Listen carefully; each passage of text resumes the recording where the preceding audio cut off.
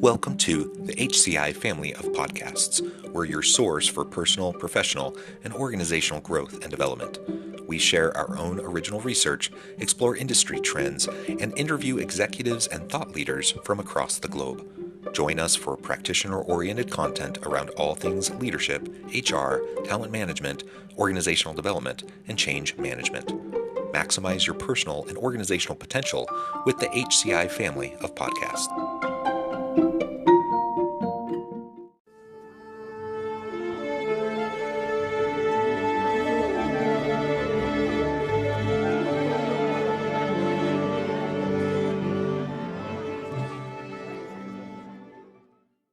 Trina Celeste Limpert, welcome to the conversation today. Thank you. Happy to be here. It is a pleasure to be with you. I'm joined by my co-host, Angela Schill. Angela and I are both in Orem, Utah. Trina is joining us from American Fork, Utah. And today we're going to be talking about orchestrating life-work harmony. I really like that phraseology. Oftentimes we talk about work-life balance, work-life integration. And I already see you shaking your head, Trina. I think it'll be fun to dive in and talk about this topic. and I love that you put life first, life work. Very intentionally did so. That is an Yes. intentional shift. Yes. I love that in and of itself before we have any other conversations. So, thank you. As we get started, I wanted to share Trina's bio with everybody. Trina Celeste Limpert is a seasoned author, speaker, and tech industry veteran with a 30-year career at eBay and Oracle, and is the founder of Rise Next Corp and co-founder of techmoms.org. Her initiatives have cultivated a vibrant community of over 500 alumni, fostering diversity in technology and providing pathways for aspiring technologists. Trina and her family reside in the heart of Utah's Silicon Slopes. Trina, wonderful. You have such a incredible background. Is there anything else you would like to highlight from your own background or personal context to lay the foundation for this conversation before we dive on in? No, I think, I found, and this is what we'll get into as far as orchestrating life work harmony, but really how I discovered my own vision and purpose and how I'm now helping people orchestrate for that for themselves. You have your tech career, you have these long, bios that you read, like when I speak, and I'm like, oh my gosh, that's not the focus. Let's get to like what really matters, which is life is really chaotic. Nobody reads that in their bio of like the chaos, right? That's really happening in life.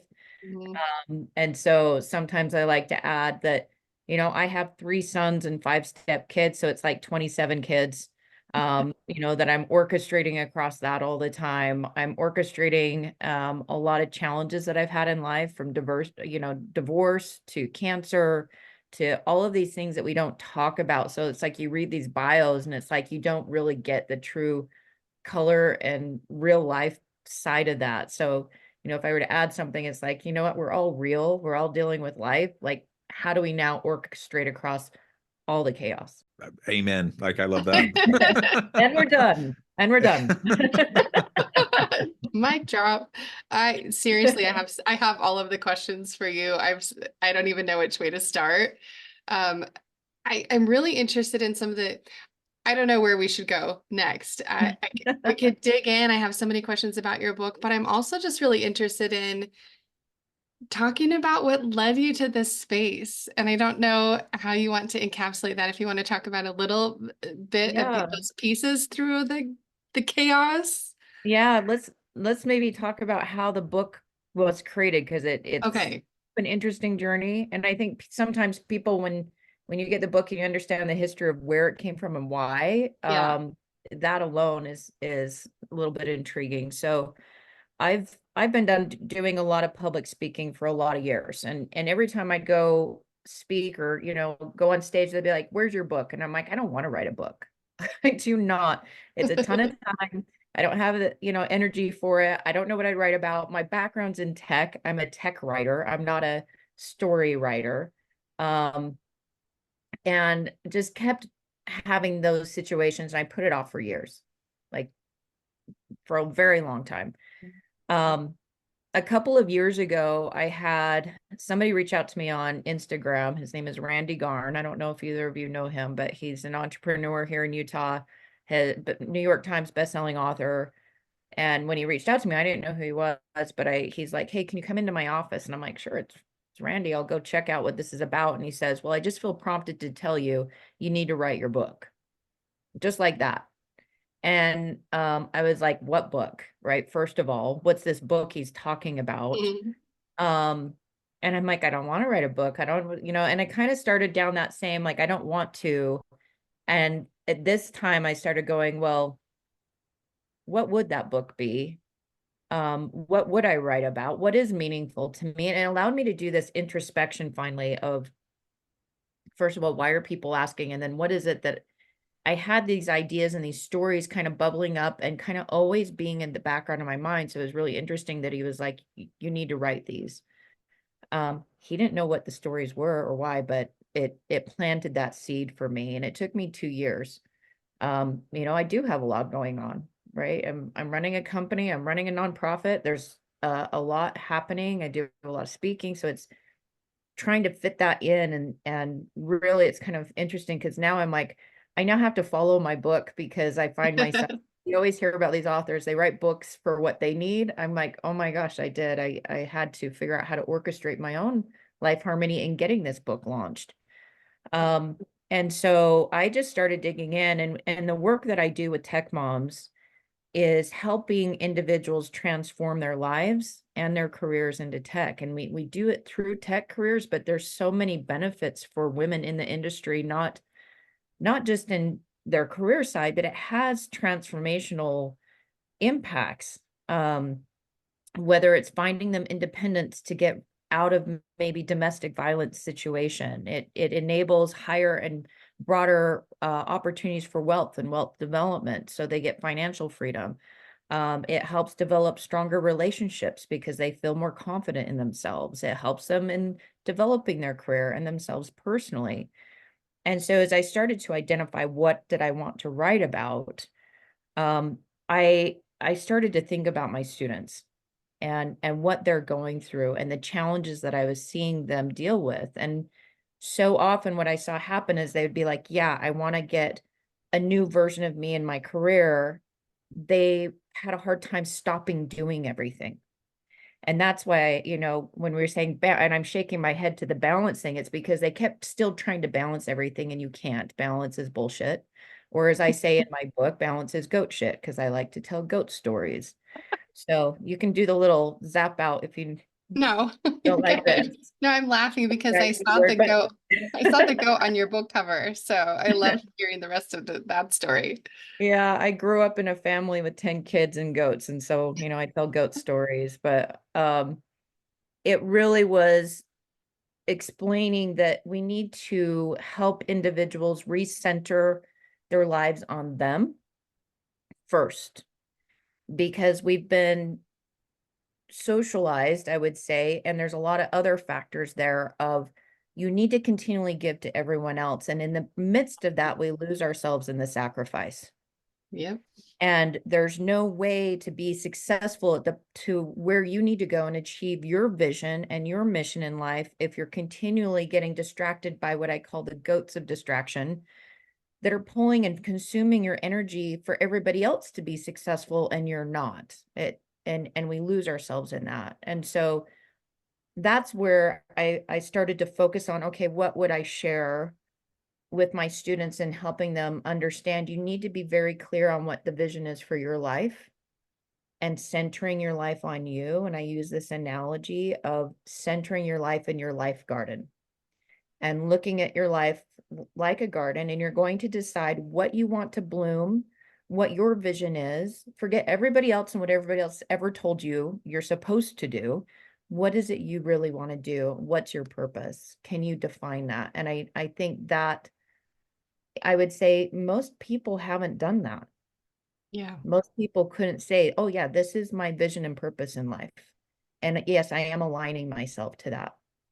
And so once you get to that and you understand what you are and you're centering yourself, you're going to have to set some fence lines or boundary work, right? Like they talk about. I have to use fences because then I can talk about keeping out the goats. Right. That are going to consume you, and start to invite in the gardeners that bloom you. So that's my little mantra. I love this so much. And so that's where I started to really reflect on that. That was my process for getting there. And what's been fun with this is to just start seeing people going, oh, it's okay to put myself first. Because then I can take care of people better. I can have better conversations. I can say no without feeling bad for saying no, because I now know what I'm going to say yes to. It opens up a lot of different mindsets and thinking by starting to do that work. So It's that's a long answer to a very short Oh question. no, it's perfect. It opens up our conversation so beautifully and gives some background. Of course, I think I have questions for another day on just the work you're doing and what led you to that space of tech moms and all the other, the nonprofit things that you're doing in addition to the company that you're running and everything else. But maybe we can there are so many things. We can just talk about maybe you've laid that intro for the book. Now we can dig into maybe the message of the book that you've already kind of introduced. Yeah. So maybe I can share a little story, because this ties in as you dig into, like I was saying, vision and purpose, right? How did I find my own vision and purpose? And there's a lot there, right? One of the things I like to do when I go speak, especially to like high school students or kids, but even this works for adults. Adults love talking toys and kids and when you grew up. And one of the things that I talk about are goats and Barbies. So those are my two like go-tos, right? Everybody loves goats and Barbies. That's my thinking.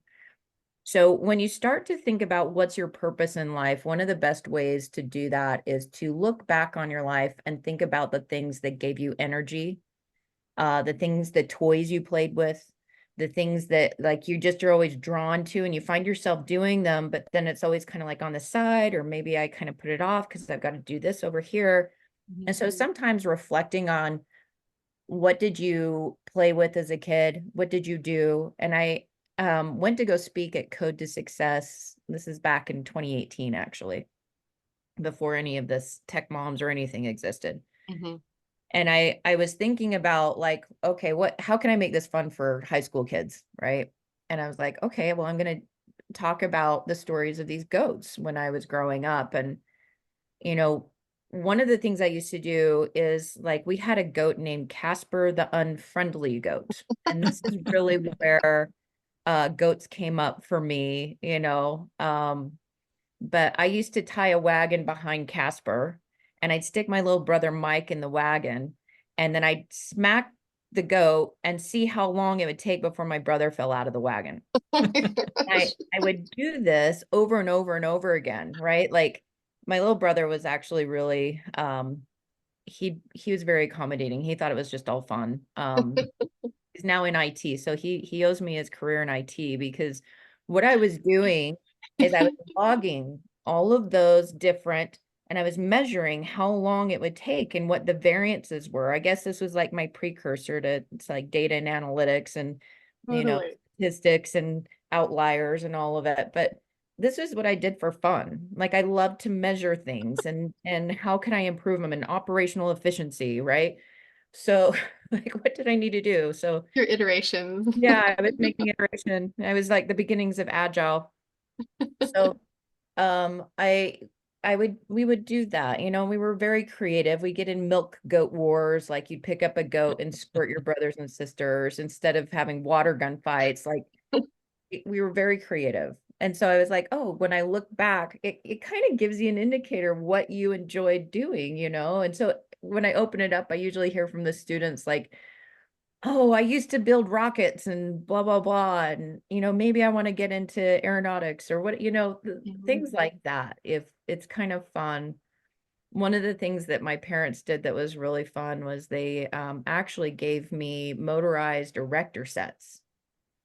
And my Barbies, when you get in and you're playing with your Barbies, you're like, you can only dress up so many times and decorate the Barbie house before you're like, I'm bored. I got to get out of here. Right. So I would build these motorized cars for my Barbies, and I would take them out because we couldn't afford the little pink Corvette. So my Barbies had like the first ATVs, and I'd take them out. And like I just had this engineering mindset and learned that you can have engineering and love fashion and design and Barbies. It's an and, not an or, right? And so I just had a lot of fun as I was kind of reflecting on some of this, on what is that purpose, and you know, how can I now see it reflected in my career looking back? And you can do that earlier on and like make decisions on what your vision and purpose is so that you have a more fulfilling career, right? And maybe you shift to going wherever that might be. I was speaking at a conference, and a woman messages me after. She's like, Trina, I know what my purpose is now. And I'm like, oh, great. What is it? And she's like, quilting. And I'm like, I would have never in a million years guessed quilting. But she started a business and started coaching and training and doing, you know, like, you know, and just the fulfillment that came from that, and the entrepreneurial space, and how it drove her. And she found so much more passion tying it to her purpose and where she found excitement, right? So it's kind of a fun process to go through to do that. So what's yours? Now I'm going to ask both of I you. know that's where my brain went. With? Well, can I ask, so we framed this up at the beginning, you know, you use this word orchestrating, you know, so Yeah. life work harmony. I love the phrase, but the verb there is orchestrating. Can you speak a little bit more to that? Because I mean, it brings up in my mind a lot of symbolism, and you use orchestrating and harmony together, but talk more about that. Yeah, I love that you're asking these, because it was like I said, very intentional on why I did it that way. When I first was doing this, it was always orchestrating, but it was work-life harmony initially, because I was shifting from work-life balance, right? We know balance doesn't work. How can we find more harmony in our life? And when you're orchestrating, it's things come up in life. There isn't, like, my version of harmony is going to be different than your version of harmony, right? Like I can't say, okay, do this task list of things and then you will achieve harmony. It's different. And life is going to pop up stuff all the time. And so you're learning to orchestrate, like, and I call it the pause, right? Like you can be going and we're fine. And then, oh, wait, something just came up. I got to pause, maybe redirect what I was planning on doing, maybe say some no to some things, not, and maybe it's not a no, but a not now.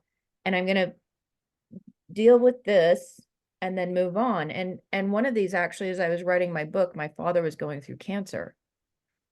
And I knew I wanted to write the book, and I was like, this is a priority for me. I had committed to doing it.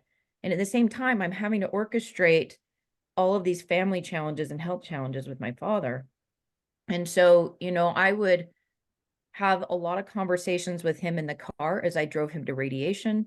I would be editing my book in ICU units, and, you know, just be like, hey, I'm here for you, Dad, but I've got to do this as well. And it's how can I orchestrate across all these things all the time that are coming, and have conversations with my spouse, with my kids on, hey, this is my vision. This is important to me. Some things are going to have to drop while I do this. And that orchestration takes conversations, it takes communication, it takes clarity on what I want to do, so that when things come up, I'm more easily able to orchestrate across all of those. The life first part, because I call it a life first model for courageous living. Okay. Where that life first came from is I was speaking at Overstock at the time. They're now Bed Bath and Beyond, but the current CEO, Jonathan Johnson, was on a call with me before we kicked off this conference. And we were talking about this idea of shifting from balance to harmony. And he said, you know, my team's in Ireland. We did a conference on this before, and they said, we don't want to have work-life balance. We want to put our life first. We want life-work balance. And so that's when I switched the title and focus. I'm like, that is brilliant. We should be putting our life first, both at home and in our workplaces. We need to have life first workplaces, because the challenges you have in attrition and toxic environments all come down to how well are you able to manage and lead people to whatever experiences, and can they orchestrate within the workplace to be able to handle the things in their life as well as the work? And are you able to be a leader that can do that? So that life first part is really critical, both personally and professionally. I'm thinking of when you have life first, it breathes life into your work. It It does. feels like there's a focus and I mean, you've already addressed this, but there's a focus and an engine that's going that I think there's less propensity for burnout. We talk about attrition and things like that. Yeah, I include in the book some research that I'd done. There was a article at Harvard on how organizations can drive higher results by aligning the purpose of the organization with the individual's purpose. And so great leaders can then say, okay, this is the purpose, and be clear in communicating the purpose of the organization. And then I can understand the individual's purpose. Like, what gives them energy? What are they good at? Like, we call it strengths finder sometimes, but it's going beyond that a little bit. It's what's really important to this person right now. Like, are they having, life challenges or health challenges or mental health challenges? How do we understand all of those things and then align the individual's purpose to the corporate purpose? And great leaders are able to do that. They're able to take and understand and map those and then drive that. So putting it into a forum where they can have conversations on, I understand what's important to you.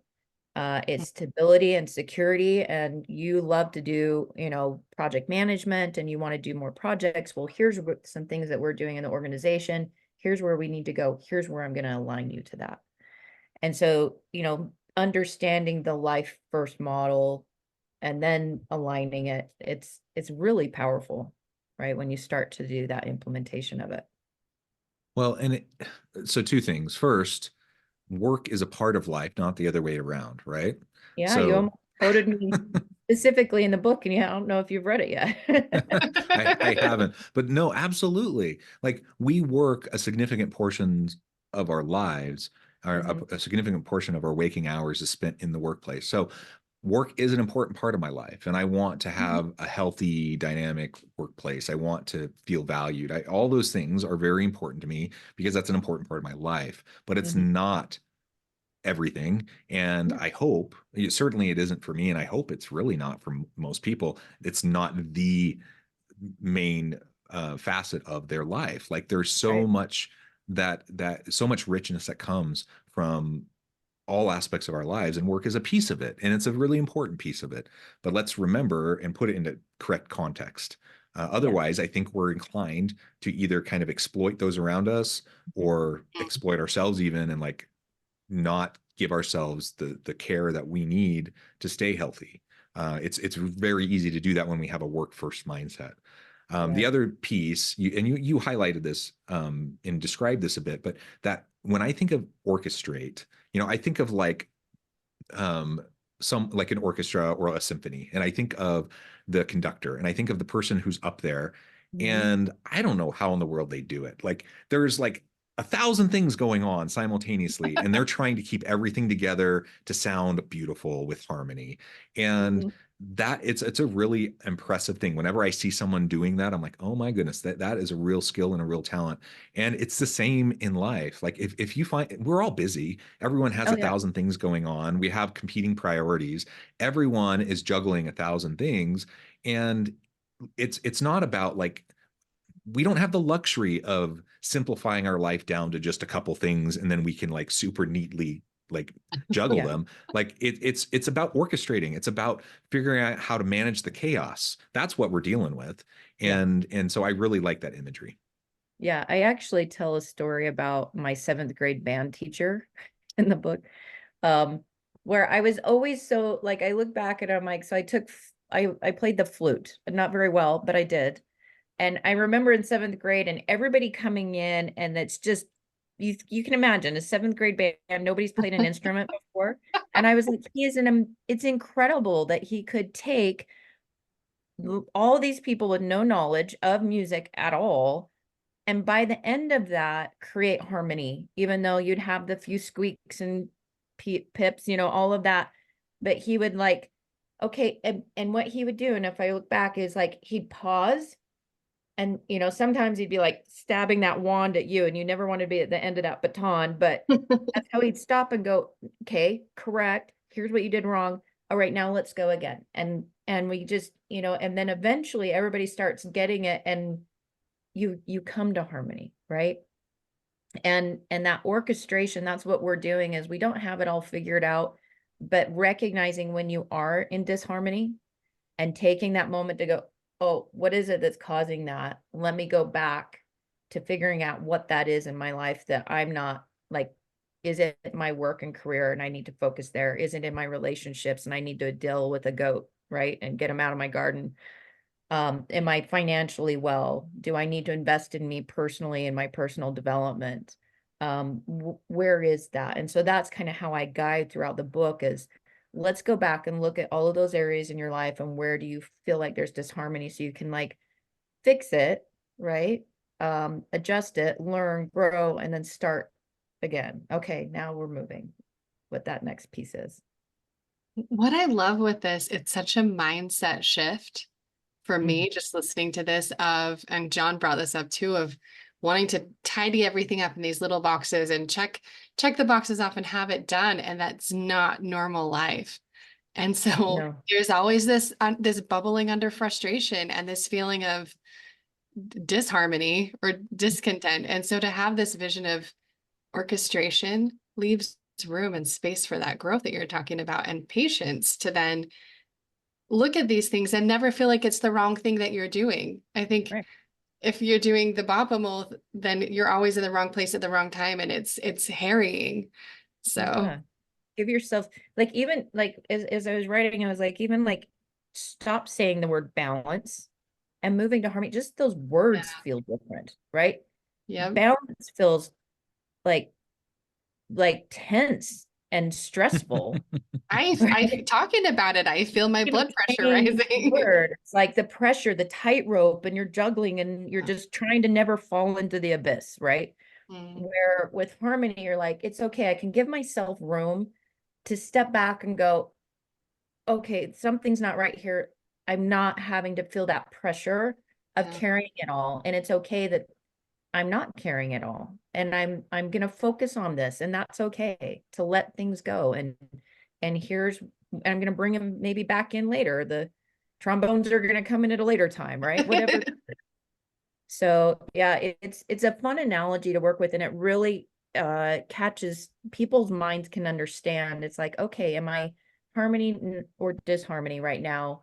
And you're gonna always, disharmony is gonna exist. It's gonna come up. It's just your ability to step out of it, recognize it, readdress it, and then move on, right? Doing those instruments. Yeah. There's room for that. Yeah. I actually call them tune-in moments in the book. Oh, see, you've thought of everything. I know. So, and one of the things, so in the book, if you get the paperback, I actually like to write in books, and journaling is very healing, right? So I actually leave space in there and do prompts so that you can write down and tune in. As I introduce a concept, we take moments to tune in and say, okay, what is working or not working in each of these areas? And so it really guides you through all of those steps. Well, Trina, this is just wonderful. And I know I need to go get your book right away. Thank you so much for this conversation. I know at the time we need to let you go, but before we wrap things up for today, I just want to give you a chance to share with the audience how they can connect with you, find out more about your work, where they can find your book, and then give us the final word on the topic for today. Yeah, absolutely. So my website is trinaceleste.com, and I'm on all social platforms. So Instagram, TikTok, LinkedIn, you can come find me, connect with me. I'm very responsive on all the platforms, so would love to hear from you. We also have the Audible, so it's on Audible, it's on Spotify books, it's on most audiobook platforms, so go find it. It's on Amazon, Barnes & Noble, you can request it. So we've tried to put it wherever anybody's at. Feel free to get it, but look forward to hearing feedback, and reach out to me anytime. Thank you. Wonderful. I'm excited. Trina, thank you. Angela, thank you. I encourage the audience to reach out, get connected, find out more about what Trina can do for you. Check out the book. And as always, I hope everyone can stay healthy and safe, that you can find meaning and purpose at work each and every day. And I hope you all have a great week.